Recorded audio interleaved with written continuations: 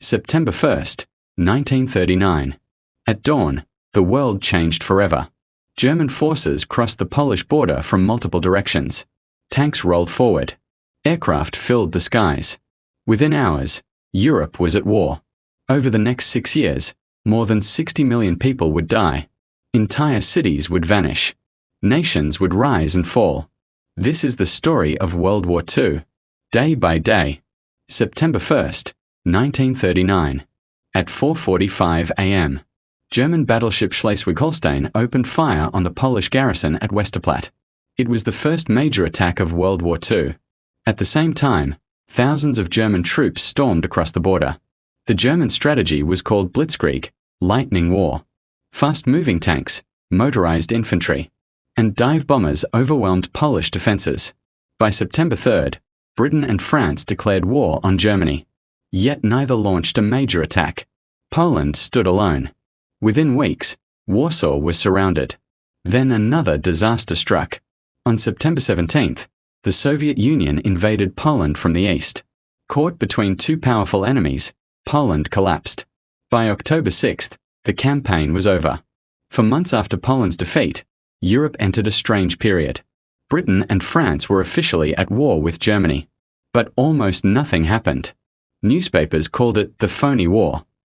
Behind the scenes, Hitler was preparing his next move. German factories worked day and night.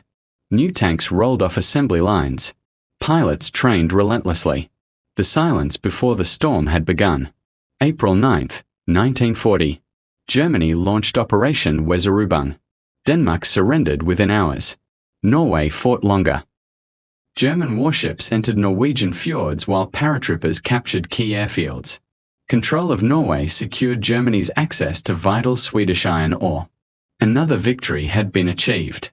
May 10th, 1940. Germany attacked the Netherlands, Belgium, and Luxembourg. The Allies expected the main attack in Belgium. Instead, German forces pushed through the Ardennes forest. Many believed tanks could never cross there. They were wrong.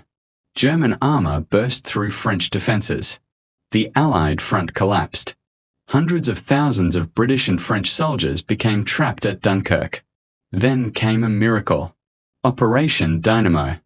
More than 338,000 Allied troops escaped across the English Channel. Yet France could not recover. On June 14th, German troops entered Paris. 12 days later, France surrendered. Europe was stunned. Hitler now faced one major enemy: Britain. To invade, Germany first needed control of the skies.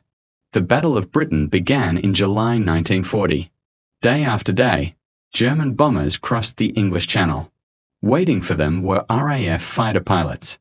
Spitfires and Hurricanes fought desperate battles overhead. The fate of Britain hung in the balance. Despite heavy losses, the RAF survived. Germany failed to gain air superiority. Hitler postponed invasion plans indefinitely. Britain stood alone. June 22nd, 1941. Hitler launched the largest invasion in history. Operation Barbarossa. More than 3 million German soldiers crossed into the Soviet Union. Entire Soviet armies were surrounded. Millions of prisoners were captured. German forces advanced hundreds of miles. Many believed the Soviet Union would collapse within months. But as winter approached, German troops neared Moscow. Then temperatures plunged. Engines froze. Weapons jammed. The advance slowed.